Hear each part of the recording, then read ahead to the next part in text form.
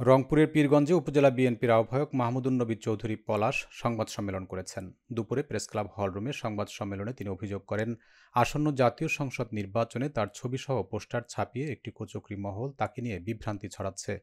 সংবাদ সম্মেলনে তিনি উল্লেখ করেন, পীরগঞ্জের বিভিন্ন স্থানে আমার ছবি সংবলিত বিশেষ ধরনের পোস্টার দৃশ্যমান হচ্ছে। পোস্টারে আগামী জাতীয় সংসদ নির্বাচনে রংপুর ৬ আসনে পৌর বিএনপি ও উপজেলা বিএনপির নেতাকর্মী ও সমর্থকবৃন্দ আমাকে এমপি প্রার্থী হিসেবে দেখতে চায় বলে উল্লেখ করা হয়েছে এবং আমার ছবি ব্যবহার করা হয়েছে।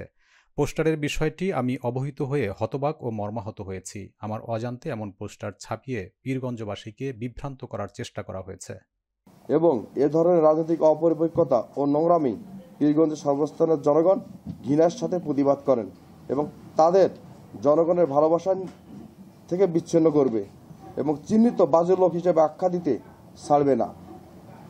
প্রিয় সাংবাদিক বন্ধুগণ, আজ আমি একটি অনাকাঙ্ক্ষিত বিষয় আপনাদের সদয় অবগতির জন্য জানাচ্ছি।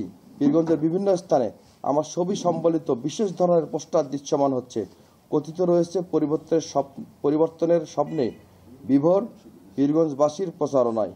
উচ্চ পোস্টারে আগামী জাতীয় সংসদ নির্বাচনে রংপুর ৬ পীরগঞ্জ আসনে পীরগঞ্জ পৌর বিএনপি ও উপজেলা বিএনপি নেতাকর্মী সমর্থকবৃন্দ আমাকে এমপি প্রার্থী হিসেবে দেখতে চায় বলে উল্লেখ করা হয়েছে এবং আমার ছবি ব্যবহার করা হয়েছে।